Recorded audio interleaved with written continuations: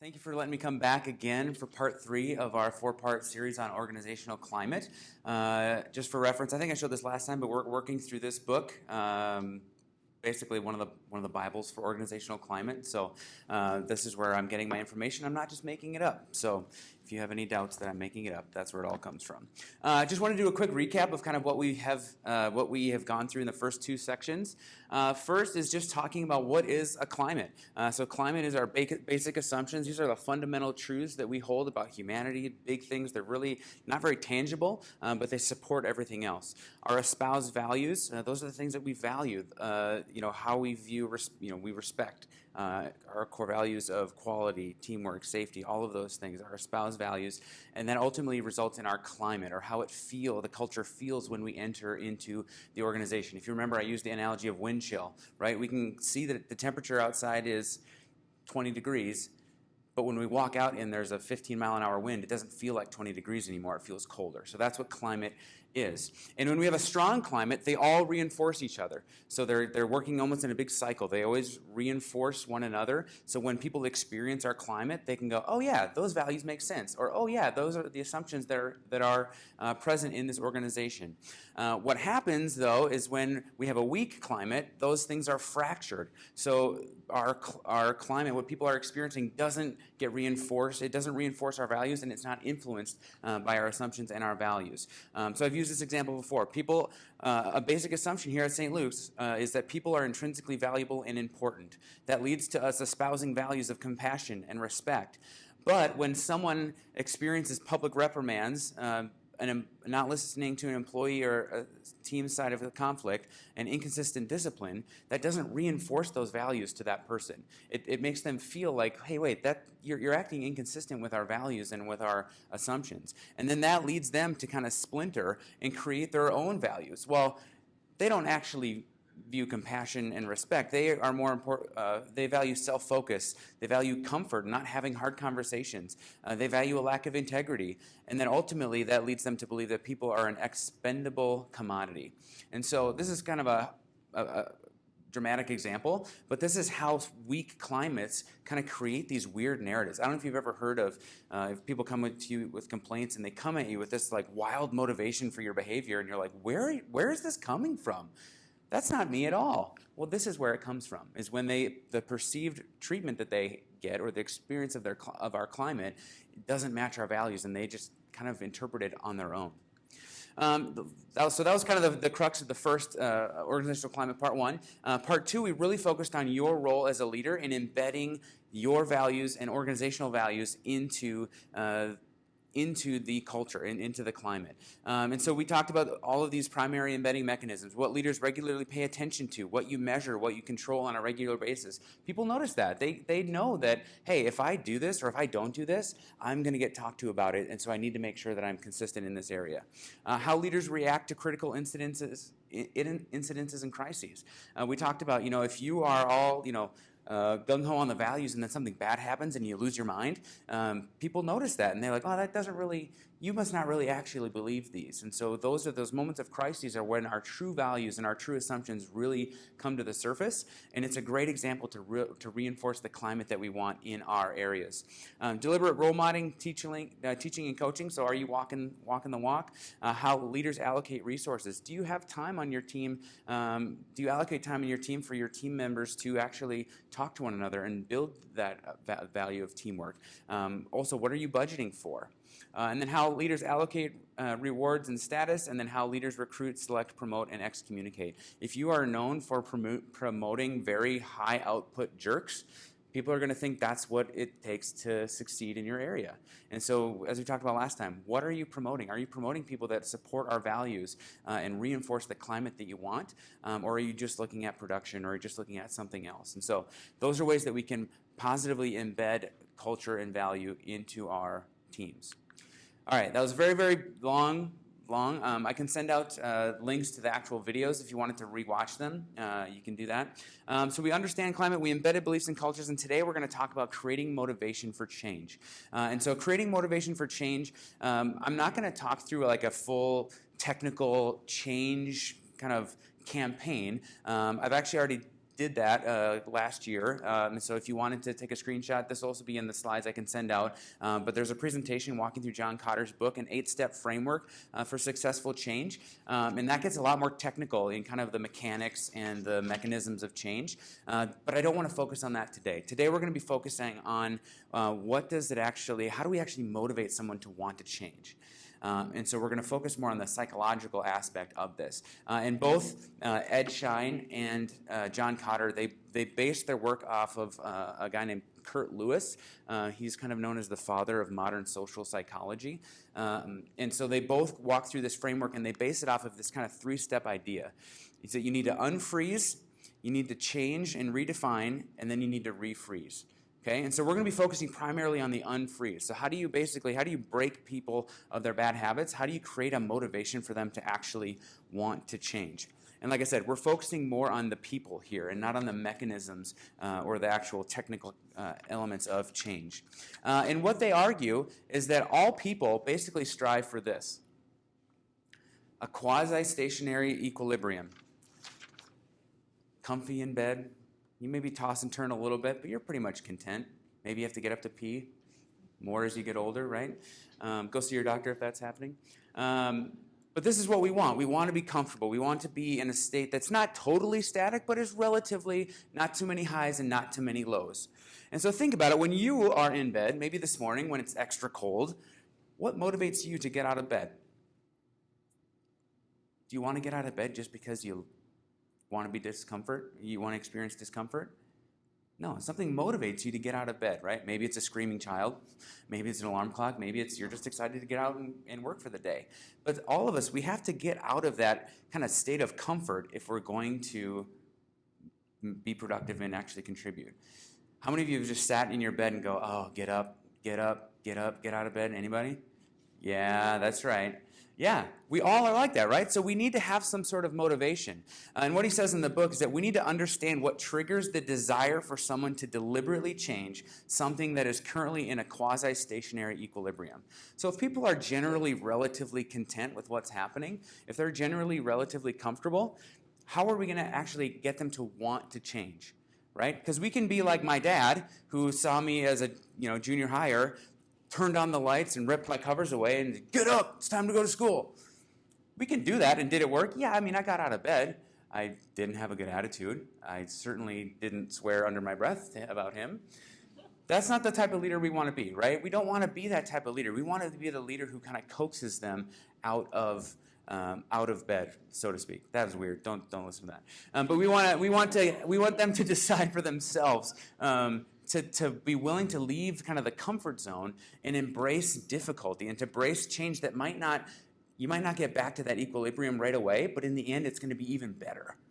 Okay? So that's what our goal is. And if we don't tap into that and we don't understand what is actually going to motivate people to change, all of our change efforts will basically be New Coke. Does anyone remember New Coke? Why was New Coke a flop? What? People hated it. Why did they hate it? It was different. Tasted like Pepsi. There we go. Yeah. People loved regular Coke. And now they're like, hey, we like this. It's good. I could eat Coke, drink Coke all day, whatever. And then they're like, hey, guess what? You know the thing that you like? We're going to make it less good, but it's new, so you should do it. That's not going to work, right? Same thing with our change initiatives. If people are in this state where they're like, hey, everything's fine, even if it's like everything's fine, like that meme of the dog where the room's on fire, and they're like, yeah, everything's fine, it's great, no problem. We need to convince them to look around and see that the room's on fire, right? We need to figure out a way to tap into that, because otherwise, if they're not willing to give that up and leave voluntarily, they're going to run back to it as soon as things get difficult, okay?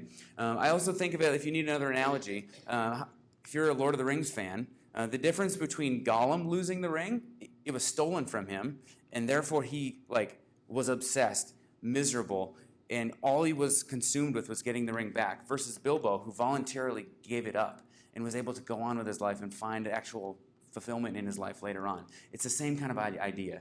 If we force people to change against their will, it's never going to be as successful as us convincing them that this is actually in their good and in their best interest, and figuring out how to convince them of that on an individual basis.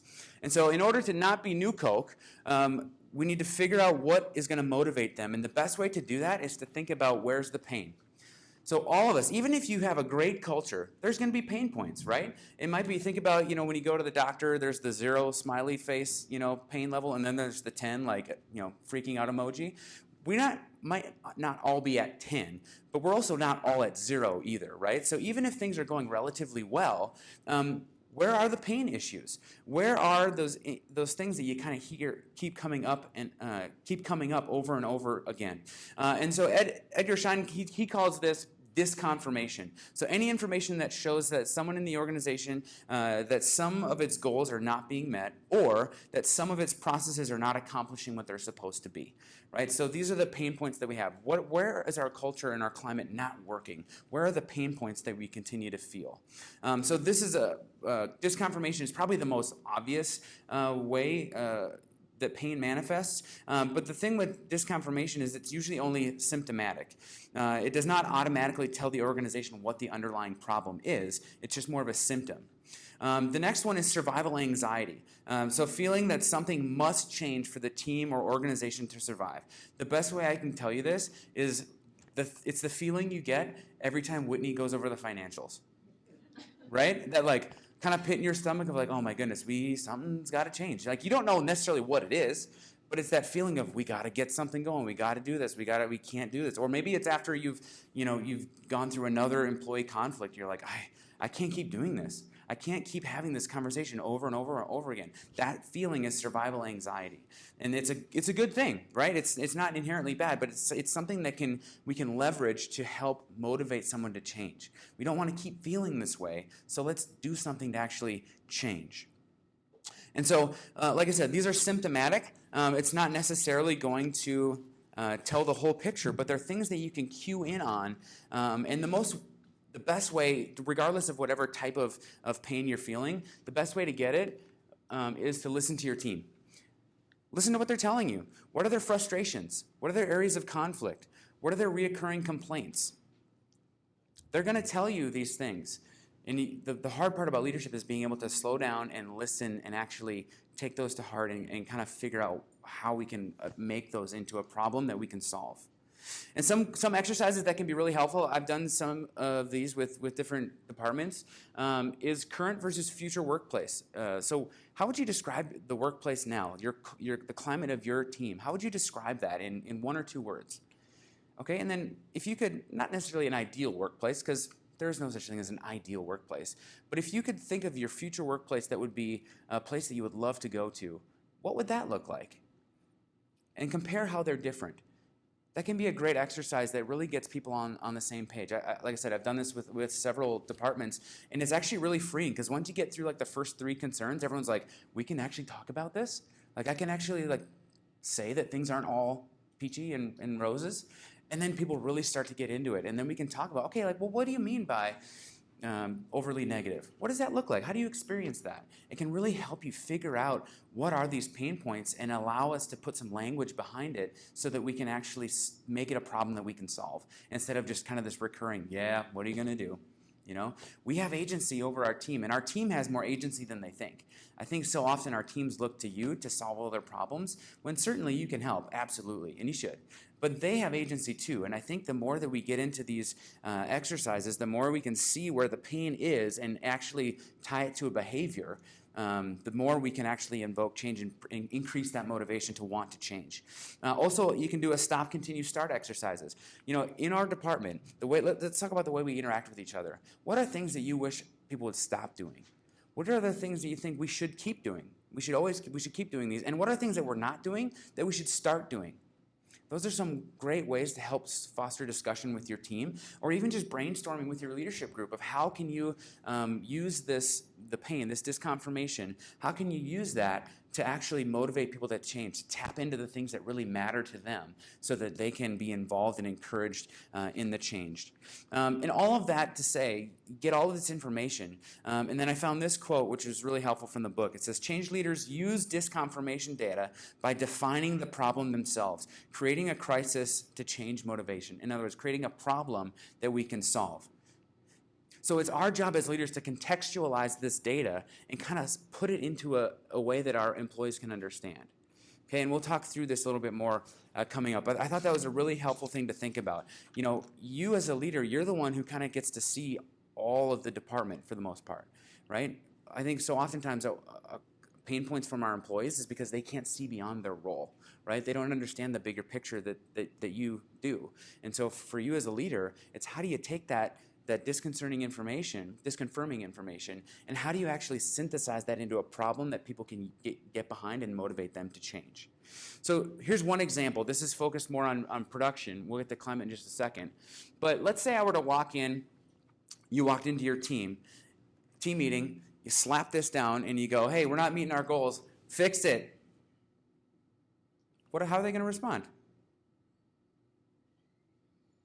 Think about it for your team. How would your team respond if we were like, all right, here, you see this? We need to fix it. How would they respond? Yes, master. Yes, master. Coming from the chaplain, that's awesome.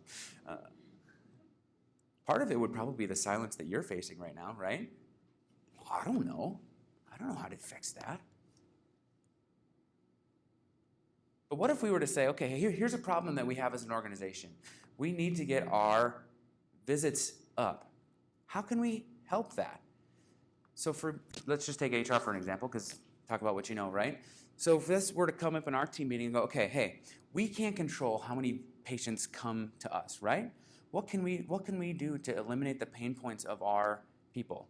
Well, what can we do? Well, we can ensure that our recruiting efforts we're doing all that we can, we're being creative. Maybe we need to change our approach. Not saying we do, but that could be a conversation we have. Maybe it's, hey, you know what? We need to make our systems easier to use so that way people are spending less time worrying about making address changes and all these types of things, and they can just focus on their job. Or maybe it's, we're going to resolve all of the complaints that come to us as fast as possible so people can stop worrying about the issues that they're facing and get back to taking care of our patients. See how that's different? If we can contextualize our goals and our pain points to our team specifically, it gives them something to grab onto. It gives them something to wrestle with. It gives them ideas to jump off from. And so that's part of the problem that we would need to do when it comes to climate. So what are some examples of climate disconfirmation or ways in which the climate that you are experiencing doesn't match up to what you want for your team? And I know this might be, vulnerable, but this is a safe place. No one's going to judge. But what are some common kind of symptoms or disconfirmation that you get or that you've experienced in your career?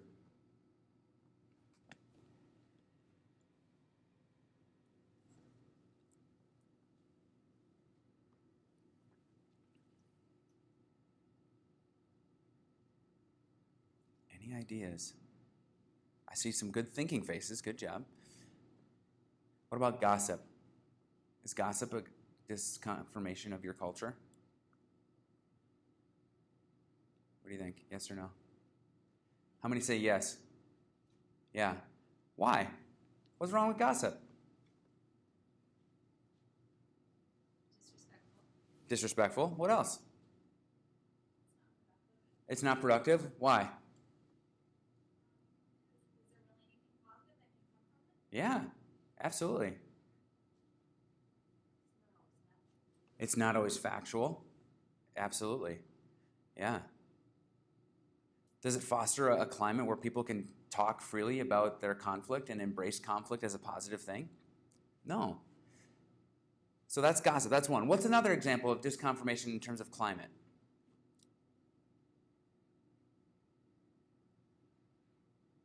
Think of personnel issues that come up in your area.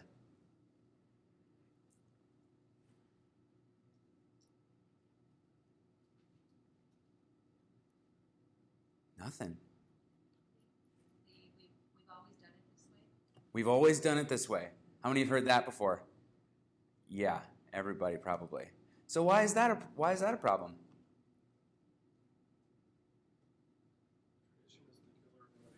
Tradition is the killer of innovation. Okay? Why else might not that be a good thing you want in your climate? It tells people that we don't value your ideas. Yeah.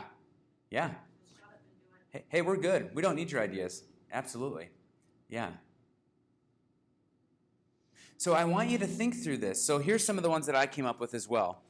So gossip, lack of teamwork, frequent conflicts over anything, really. Lack of engagement, people who just want to get in, do the bare minimum and get out. Frequent sick calls. These are all things that show, hey, maybe there's something going on in our culture that's not the way that we want it to be. So if you think about it, if this were to describe your team, how would you define the problem with this team's climate? How could you synthesize that into a problem that your employees could solve?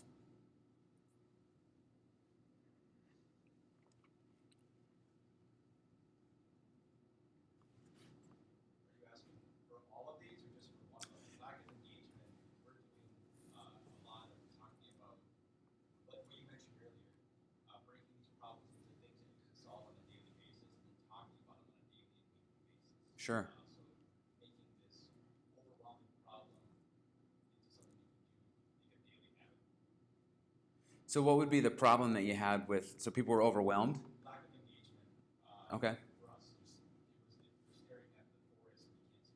Sure. How do we get there? Okay, good. What else? These all speak to the challenge of trust. Bingo. Nice. Yeah. Maybe this is a team, they don't trust each other, or maybe they don't trust you, or maybe they don't trust the overall organization. Absolutely, that could be something that could be kind of unifying all of these. Good. Any other thoughts with that one? And my goal is to get you all to be talking by the end of this, so just so you know, this is your warning, all right? Thank you for those who have participated. Yes? Frequent sick calls. Absolutely. Yeah. Yeah, there's only one department that gets sick calls, and it's yours. No, I'm just kidding. It's everybody. Yeah. So I'll bring it back to the group. Frequent sick calls, how could that be a symptom that there's something wrong in your climate? It's a way for people to avoid coming in. Absolutely. It's to avoid people. Maybe they're avoiding a person. Maybe they're avoiding an assignment. Absolutely. Yeah. So they don't feel part of it. Ooh, expand on that, because I like where you're going. Frequent sick calls, you're letting the rest of your team members down. Absolutely. We won't work on that. Absolutely, yeah. So frequent sick calls means like, hey, you know what? I don't care that I'm going to make your day worse. I'm just looking out for me. I'm going to take care of me, and I don't care about being a part of a larger team or larger organization. Yeah, absolutely. Yeah, Jessica. It could also just be a symptom of like negative behavior isn't addressed by the manager. They're allowing Yeah. sick calls, and there's never any conversation or any kind of follow up with that employee, so they feel like, well, it's not a problem. I can call in sick all the time because it's never addressed. Absolutely. So are you talking about like calling in sick is never addressed, or the problem behaviors that they're experiencing? Sick is never addressed. Yeah. And I would say it goes both ways. So not only can they feel like, oh, I can just call in sick, doesn't matter, but also maybe it's, hey, I've brought up concerns over and over again to my leader, and this person is still acting this way. It's the Wild West here. I'm just going to call in so I don't work with that person or that provider or whoever it might be. So absolutely, it could be a sign that your team is conflict averse. You don't deal with issues. Absolutely. Good. I like it. All right. So one of the worst things that you can do though with disconfirmation is to disregard it. And in the book, he talked about leaders in a position. The number one reason why people disregard disconfirmation is that leaders in a position to act deny or repress data for personal psychological reasons. So maybe it's preserving their performance numbers, not wanting to create more work, ego. I don't want to admit that I have a problem. My team has issues that they need to work on. And so I wanted to bring this up, not because I think, everyone's doing this, but I think it's easy for us to be in denial. I think some of the best employee conversations that I have are the people who are in denial, and they finally get to see, oh, wait a second, this actually isn't helping me. But actually, if we can admit the problem and work on it, that's great. I kind of equate it to stepping on the scale. Everyone's got to step on a scale. If you want to lose weight, you got to see where you start from so you know where you're going to go, right? We see that, I'm sure, patient experience deals with that too, right? You got to step on the scale. All right, we're at the 4th percentile. Well, now we know where we need to go, right? So we need to be honest with ourselves, and we can't let our ego or anything else kind of stand in the way of working on our climate with our team. It's not all your responsibility, but you have to be the one who is raising the bar for your team and kind of setting that information out there and not just sweeping it under the rug. Because then that also just breeds that happening, right? Oh, it's a safety concern. Well, it's probably not a big deal. I'll just sweep it under the rug. Okay, we don't want to have that either. So we need to be doing that. And then the other thing too is just information that's available, but it's suppressed in various ways. Maybe it's in a report that only one person in the whole organization gets. Maybe it's a report that nobody gets. Maybe we're not even tracking it. Who knows what it is? But those are the two main reasons for that. So when we get the disconfirming information, now we need to focus on, okay, here's the data. We have an idea of the message or the problem that we want to address, but now we must be aware of two kinds of forces of resistance deriving firstly from social habit and secondly from the creation of inner resistance to change. So here's kind of our opponents, right? So we have this problem. Here's the information that supports our problem, but now we need to convince people. And people are resistant to change for primarily these two ways. Social habit, so it's their work environment. It could also be even just culturally, right? Like I'm sure us Midwesterners, those of you who are from here, have a different change tolerance than people on the East Coast, right? There could be part of that as well.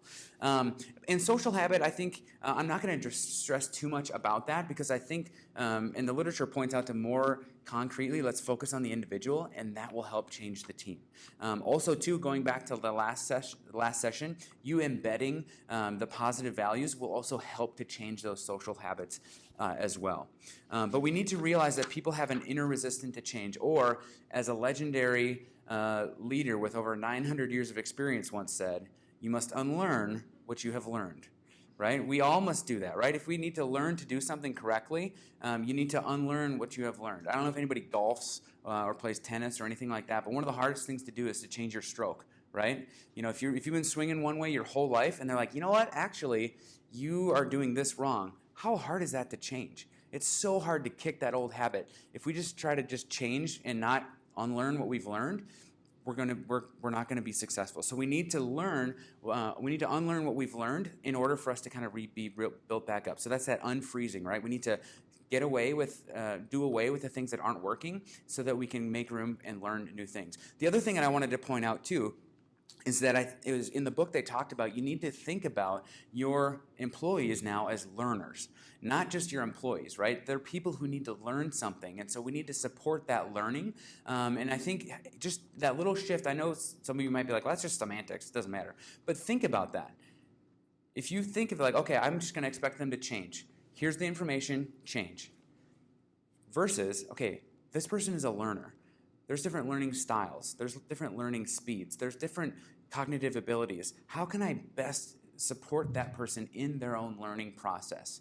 And so I think we need to think through that shift a little bit in management when we talk about how do we initiate changes. We need to think of them not only as employees, but as learners. How can we influence their learning?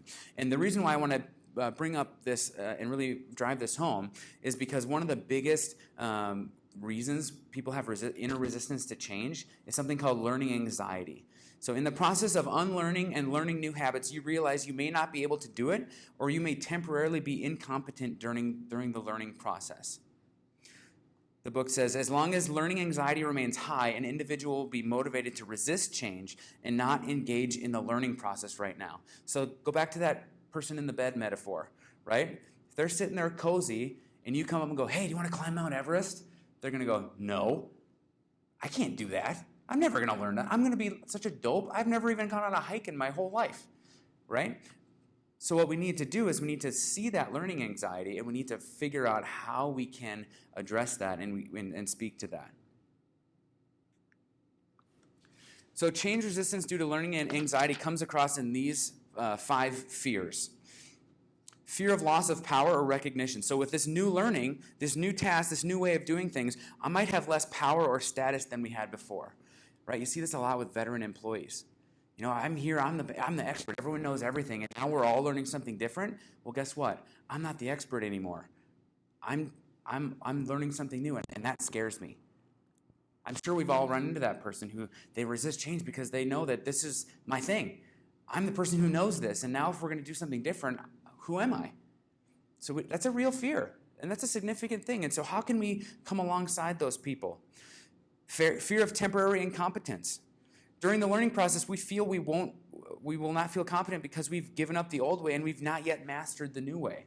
I've seen this a lot. I've had people in my office who are like, they just expect me to know everything and do all this. No, they don't.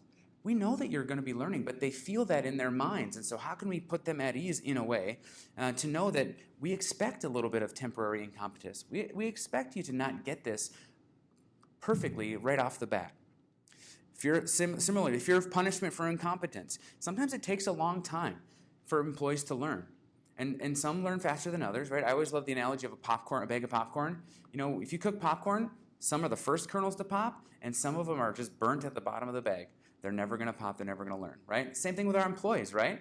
Now, don't call your employees burnt, crusty old maids or something like that. Don't do that. But think of that analogy, right? Some are going to pop right away. Some pop when everyone else pops in the middle, and then there's that one when you take it out of the microwave. Like, oh, hey, you finally got it. Hey, good job. But we need to be okay with that, right? We can't expect everyone to learn at the same rate in the same way, okay? And so we need to be clear that we're not going to punish them for incompetence in a new learning initiative, right? We're going to always be learning. Some people just might take longer than others. Fear of loss of personal identity. I feel like this is similar to the first one, but one of the things that this is a little bit nuanced is that we don't want to be the kind of person the new way working would require us to be. So think about it this way. I've heard this a little bit. So when we've made efforts to increase our patient visits, right? How many have heard an argument or a similar argument of like, well, I don't want to be the nurse who just pushes my patient through like a number. I don't want to be that person. That's not why I got into nursing. Okay? That's a legitimate fear, right? That's their fear. They don't want to be that person. They don't want to be a nurse who's not viewed as compassionate or caring or attentive. So our role is like, okay, you're not going to be that person. However, we're not going to be able to spend 45 minutes with every patient. So how do we work through that process of seeing like that doesn't follow, right? Us trying to see more people more efficiently doesn't mean that you become someone who doesn't care about patients. So how do we help assuage that fear for them, okay? I will say with the fear of loss of personal identity, most oftentimes they're wrong, right? They're making a leap to something that's just not true, but to them, it's the one thing it's an important thing of them doing what they're doing.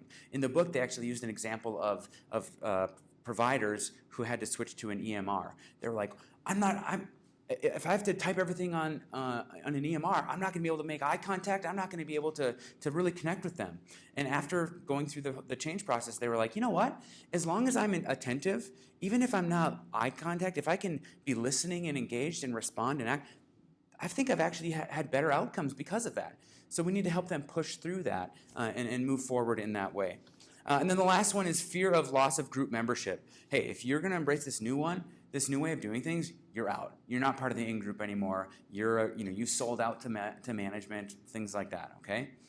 And that's something that that is more on the social habits side, but if we address these other fears, we can work through that.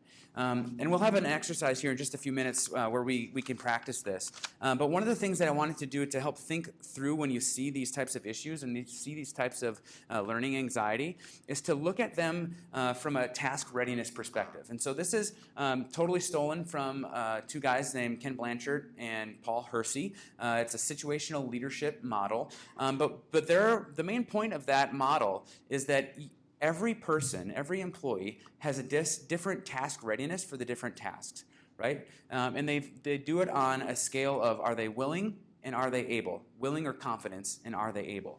So the very bottom we have low confidence and low ability. So this is someone who's brand new, never done anything before. They have no idea what they're doing and they have no confidence to do it. Hopefully we don't really have these people here at St. Luke's, but this is a type of person.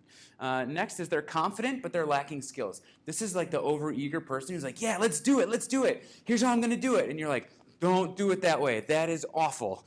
So they're eager, they're really willing, they're like chomping at the bit to get going, but they have no skills. And so we need to think about how we lead them in that way. Next, we've got people who they're higher skilled, they're skilled, they're qualified, but they have no confidence to do it. So this is like maybe when you first became a leader, there's a lot of things that you knew how to do, but this new task, you're like, oh, I don't know how to do that. I don't know how to have these hard conversations. I don't know how to hold someone accountable. Well, you probably do, but you just have no confidence to do it. You haven't had to do it. You feel like you're insecure. This is where we see the imposter syndrome, right? You feel like you don't belong here. And then the last one, R4, is high skills and high confidence. This is your ideal employee. This is someone they're highly skilled, they're highly confident, they know what they're doing. You can kind of just give them a task and they can go for it, okay? And the reason why I wanted to bring this up is that sometimes we have employees who are most of the time highly skilled and highly confident, but all of a sudden they're just not acting that way. So we need to look, are they able to do the task? Do they have the skills to do it? And what's their confidence level? So maybe they have the skills, but I really need to just boost their confidence and let them know that they can do it. And we see this a lot when change happens, right? They're just not confident. So this then associates us to our leadership behavior. And so you can see the corresponding S1 goes to R1, S2, R2, all that stuff. And you can see there's a spectrum of relationship behavior and task behavior. And really so really we're probably going to be in these top two, the S3 and the S2. But most oftentimes when there's a change in climate, we're going to be here. Okay, so people who probably have the skills, we might need to teach them, so they might be kind of in the middle here. But they have the skills, they're just not confident to do it. They're afraid they're going to get ostracized. They're afraid it's going to be uncomfortable. They're afraid they're going to get reprimanded or retaliated against. Okay, but what we need to do then is have very high relational behavior and not so much focus on the task. So I don't know if anyone remembers the movie, Remember the Titans. There's a scene in the movie where their quarterback gets hurt, right? So that quarterback gets hurt, and they have to bring in Sunshine, blonde-haired guy, can throw the ball like a mile, right? But in practice, he always had problems making a pitch, right? He couldn't do that. He didn't do all the other quarterback stuff right. But they needed him in the game because he was their only other quarterback. And it's one of my favorite scenes in the movie because he gets hurt. The coach goes up to Sunshine and he goes, hey, I need you to play. Your team needs you right now. And he goes, oh, I can't make the pitch. I can't make the pitch. And what does he do? Does anyone remember what he tells him? Does he go through, okay, well, here's how you make the pitch. Okay, you gotta look, watch the tight end, watch the defensive end. If he comes in, then you pitch it away. If he stays, then you hold it. I probably got that wrong. Don't quote me on my football knowledge. Here's how you do. You hold the ball like this, and then you take 2 steps, plant, and then flick it down with your wrist. That's what I need you to do, okay? That's not what he does. Why? Because he technically knows what to do. He just isn't confident in doing it. So instead, Denzel Washington tells a story about when his parents died, and he was the only child of like 8 or 12, whatever lie it was, and that his family needed him, and that he needed to step up because his family needed him. Just like your family needs you right now. You need to step up and do that. And then he went out, and what did he call? Does anyone remember the play that he called? Was it a run play or a pass play? It was a pass play. Why? To build his confidence. He needed confidence more than he needed coaching on skills. And so often, and then it's the best scene in the movie because he sends the linebacker through and he does the whole, upends him. It's awesome. Watch it on YouTube. But he realized that, hey, this guy doesn't need a technical coaching on how to pitch a football. He needs confidence. So I'm gonna tell him that I have confidence in him. I'm gonna express very high relational behavior. I'm gonna show my support for him and his skills and what I know he can do. I'm not gonna give him a lesson on how to pitch a football. So as leaders, we need to look at that because sometimes our people just need that coaching. They just need that confidence. They don't need a lecture. They don't need PowerPoint slides. They just need the confidence to know that you believe in them. Going back to what the EAC talked about, one of the things that really struck me is that I think the thing that our employees want the most is to be known by their coworkers and their leaders. They want to be known. They want to know that you believe in them. They want to know that you have their back. They want to know that you have confidence in them, even when they make mistakes, that you have confidence to stand with them and to help them through that.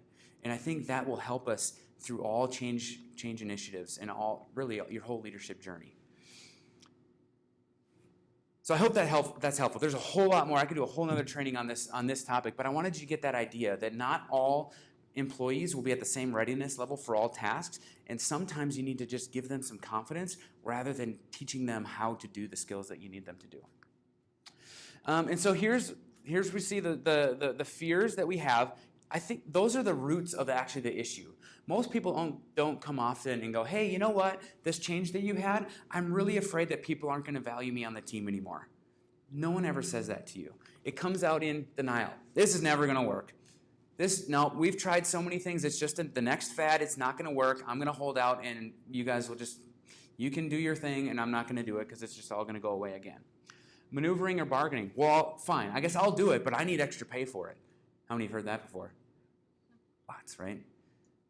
They maneuver. They try to, how can I get more out of this? How can I avoid, how can I get special compensation for the effort to make change?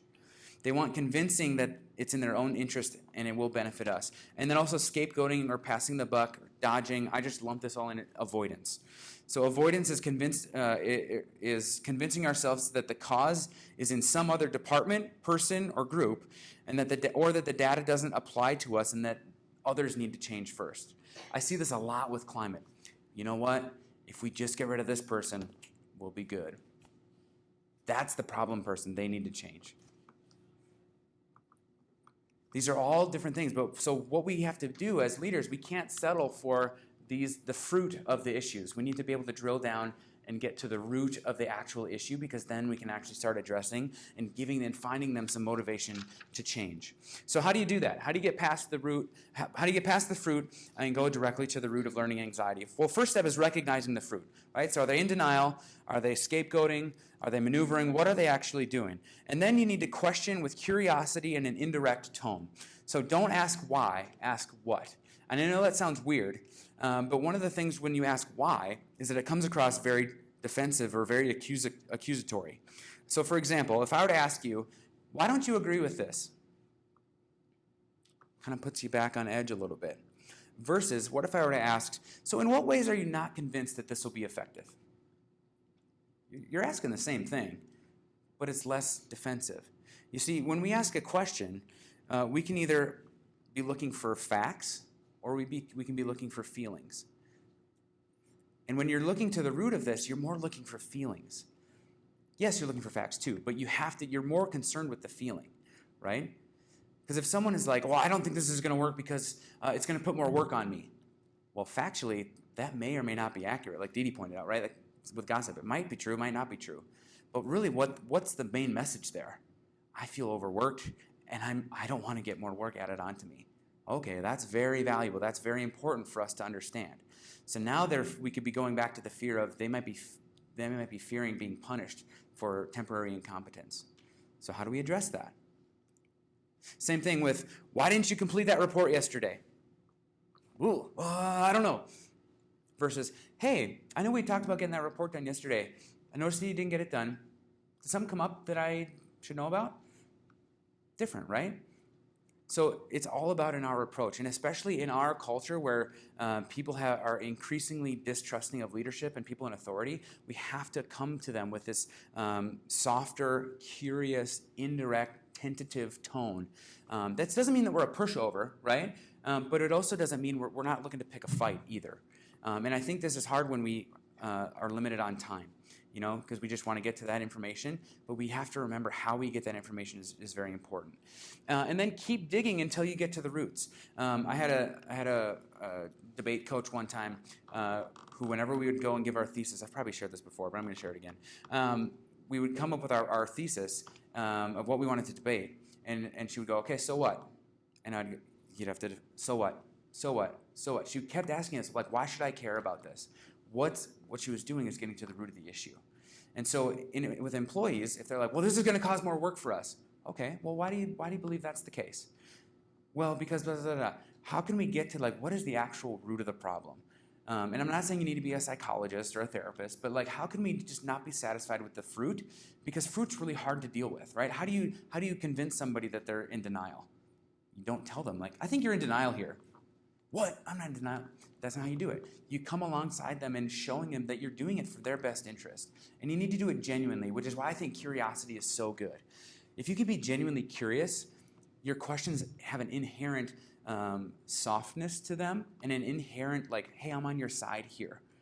And we always need to remind them that we're on their side. Open-ended questions like why tend to just put people off. Like when I first asked you earlier in the presentation, I asked you for some feedback and there was that silence. It's because y'all didn't know how to answer, right? I did that on purpose so we could feel that. That's how your employees can feel too. They might feel like, oh, geez, that's such a big question. I have no idea how to answer. Why are you asking me? Is it because you want to punish me, or is it because you actually want to know? These are all things that go around in an employee's head. We need to put them at ease. So keep digging until you get to the root, and then name the root. When you get to it, name it and see if that's right. I found this tool really helpful. So it's called ESP. So you state an empathy statement, and then you stop and allow that to kind of sit with them. And then you probe and use open-ended questions. So you could do something like, I'm getting the sense that it feels like you won't be valued if we change this process. Is that true? And then you just let it sit there. And if you're wrong, they'll tell you, no, that's not it. I think it's, okay, well, what is it? Help me understand. Test your theories. Test what you think about and name it. But naming it is going to give them permission to be more honest with you. I mean, how many of you have ever been in a situation where you're struggling with something and then someone else says that they're struggling too? What do you feel? Oh, thank goodness I'm not alone. One of the worst things we can do in leadership or in employees is making them feel like they're the only ones dealing with this issue. At the very least, you need to understand where they're coming from. And this empathy statement, stopping to kind of let it marinate so that they can think, and then probing more will help you get to the root of the issue. And if you're wrong, then okay, we go back. Okay, well, that's not it. Help me understand then. Pick on something that they said. Okay, well, you said, you mentioned workload and your concern for workload. Could you explain that more to me? Help me understand more the concern there. And we can have these conversations and we can get to the root of the issue. All right, I've been talking a lot. Any questions on that? Okay, so I put this together a little bit of just some sample questions that you can use. Not a test, but this will be included when we send out the notes as well. But what I want us to do is I want you to partner up, and we're going to practice. So one of the best things you can do in these situations is practice. I don't know if you attended my last session. For those of you who did, it was really good to just be able to talk things through in a safe place. And so what I want you to do is to partner up, and I want you to role play. Okay, so one of you is going to be this employee. The other is going to be the leader. And I need you to kind of do a little exercise. It'll be 5 minutes. If you are the leader, remember, on the right-hand side there, recognize the fruit, indirectly curious questioning, keep digging, and state the root in a positive way. If you are the employee, I want you to think about which one of these is probably you're manifesting, and then pick a fear and kind of try to exude that. Don't make it super easy, but also don't make it challenging. We don't have all day. So does that make sense? We're going to role play. It doesn't have to be perfect. I just want you guys to get through what a potential conversation like this might be, okay? All right, I'll give you 5 minutes. Go. All right, I'm glad to see good conversation. I want to just pause for one moment. Again, if you were the leader last time, now you're the employee. If you were the employee last time, now you're the leader. So we'll give you another 5 minutes to go through this one. It's another one. Again, remember, if you're the employee, try to figure out which one it is and kind of live out one of these fears. And if you're the leader, recognize, question, keep digging, and state the root. So I'll give you 4 minutes this time. And go. I hope that was at least somewhat illuminating, beneficial. This is something, too, if you ever want to come and talk through something like this with me, I'm happy to do that. And it's also one of those things that this is where you really time and experience and practice. It gets you better at that. Thank you. Having me back. So I hope that was helpful. Yeah. I hope that gives you a good framework, too. And really, the end goal of these kind of conversations is what we want to do. The biggest solution to cure learning anxiety is there's 2 principles. One is that survival anxiety must be greater than learning anxiety. So people need to see basically that the need to survive as an organization must be greater than my fear of learning. Okay? But the other principle is very important because I think there's been people who've gotten this wrong in the past. If anybody comes to mind, it's coincidental. Learning anxiety must be reduced rather than increasing survival anxiety. So this does not mean we just ratchet up the survival anxiety and go, hey, if you can't do this, you're fired. If we don't hit these numbers, we're all gone. We don't just freak people out. We do it by decreasing the learning anxiety. So by doing what we're doing, we're decreasing that learning anxiety. And the best way to do that is to start with conversations like you just had, but then create change initiatives that foster psychological safety. Whoop, I jumped ahead. So the person or group who becomes the target of change must come to feel that it's possible and it's in their own interest. The change target must become a client, and the change leader can become a helper in the new learning process. And so people need to feel that this change is really for their best interest, and that you need to change and you need to be more like a client. View them as a client and a learner. And so when you view someone as a client, it's not just do this or else. It's like, hey, how can I convince you? How can I coach you? How can I equip you? How can I help you achieve the result that we ultimately want? And so having that change of approach. And creating psychological safety, I'm going to go through these. There's more notes on the screen that'll be on the PowerPoint. But really, there's these 8 things that we need to do when we're doing a change initiative. So provide a compelling, positive vision. How is this change actually going to help and make a better tomorrow because of all the effort and the pain and the struggle of today, right? So we can't forget that. We can't just make them change with no positive vision, right? We don't want to be New Coke, okay? We need to provide formal training, okay? So what are the things that we actually have to provide training on? If we're going to have a new way of doing things, if we're going to have it be all about teamwork, how are we going to give them the skills to actually live out a teamwork and how to work together as a team? We need to involve them, so we need to make sure that they're on board with these things. And really the best way I can talk about that is, yes, our formal trainings are pretty universal, but we need to give people the freedom to kind of manage their own informal training. So if they want to read a book about X, fine. They can do that. Help them have some control and do what works for them. For adult learners, we learn differently than children.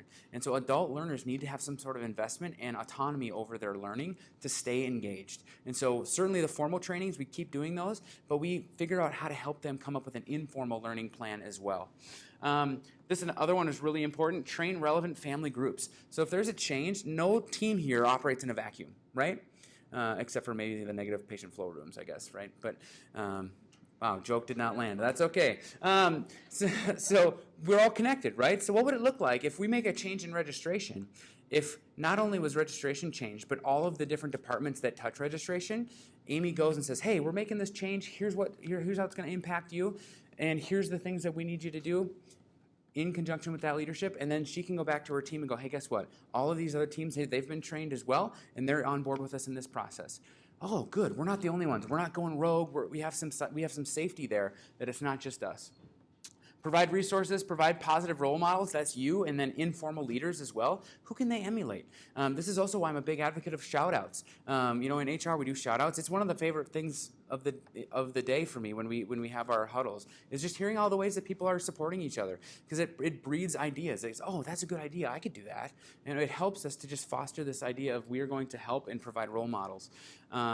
Provide support groups. This is something that is kind of different, but actually, the more I've talked with employees, they want these kind of groups where they can talk through their issues together, where they can, whether you're involved or not, ideally you're not involved, but maybe you're informal leaders, so your leads, your charges, your people who have authority or influence over the team, they can be a safe place where, hey, I'm struggling with this. Oh, I'm struggling with this too. How can we fix this? How can we work through this? Got to be careful it doesn't turn into a gripe session, but if you have the right people leading that, they can provide some safety and some support for people to kind of get on the same page and work through those things together.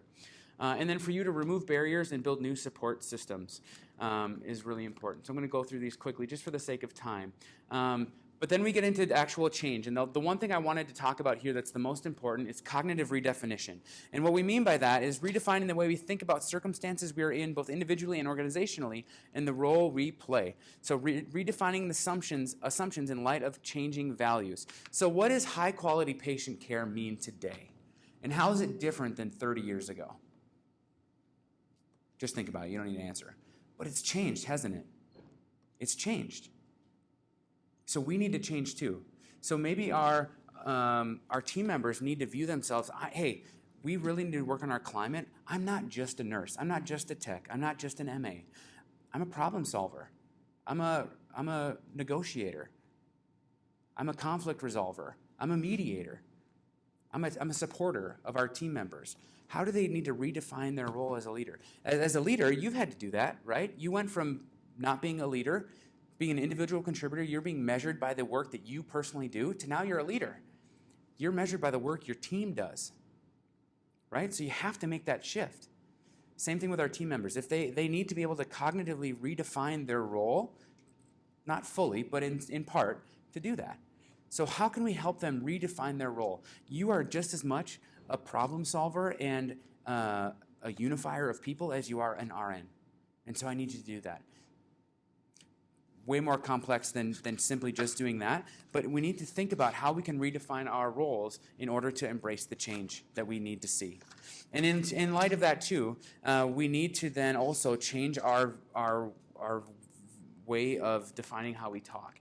And so what does this look like? I hear this all the time. I did a search of what are the most highly sought attributes. I did kind of a combination of different sources, and this is what they are. But what does this actually mean? What does this actually look like to be a hard worker? Who doesn't think that they're a hard worker? Right? Everybody thinks they're a hard worker, but what does that mean for your team? What does it mean to be a team player? Have we defined this for our team? Maybe we need to do that. Maybe that's part of the change vision we need to have.